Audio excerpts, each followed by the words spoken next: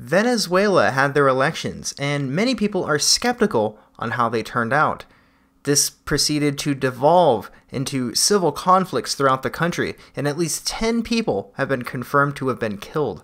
The Venezuelan President Maduro was elected, as well as his wife and many of his friends, to be representatives of the new Venezuelan Assembly. The process of voting seems to have been tampered with as well, as there are massive differences in turnout estimates ranging from 2 to 8 million. They have enough new people that they plan on rewriting their country's constitution. First, let's check out this short clip from CNN about one of the candidates having been fatally shot just a day before the election. A very controversial election, mind you. What can you tell us about this political candidate who was killed? Not a lot known right now. It was in the eastern state, Bolivar state. This man was apparently shot multiple times in his own home last night. She was saying the Attorney General's office here is investigating. But, Linda, it really adds to the air of insecurity. Many people here are fearful. A lot of them have been just staying in their homes. To give some backstory, President Maduro attempted to have a vote to rewrite the country's constitution, and it failed after the opposition party shot it down. The president then called for a new vote to replace the people in the assembly, which the citizens of Venezuela were polled at a large majority of not wanting. After this recent vote, which President Maduro received everything he was after, 88% of the voters refused to acknowledge the election. Most, if not all, candidates were considered to be pro-Maduro, so many people didn't even bother to show up to vote.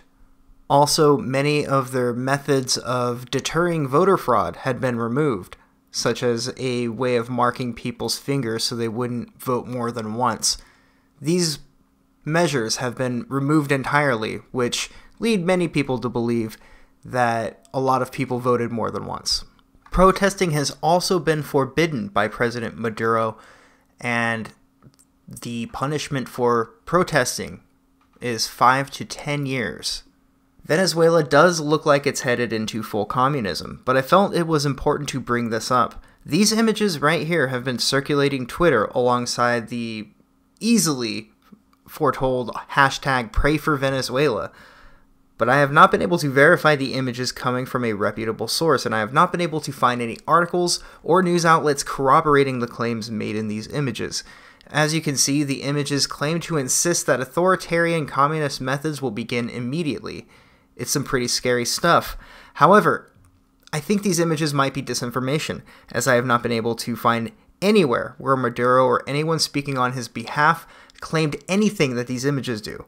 Granted, there are only a few articles out there about this right now, but this would be a tactic used by the opposition party to make Maduro look even worse than he already does. This would get sympathy for them, and they could possibly be the ones in line to take over if anything were to happen. If you can verify these images, and they are indeed real, hit me up on Twitter or in the comment section. Whether they are real or not, Venezuela has a bit of a rough future ahead of them.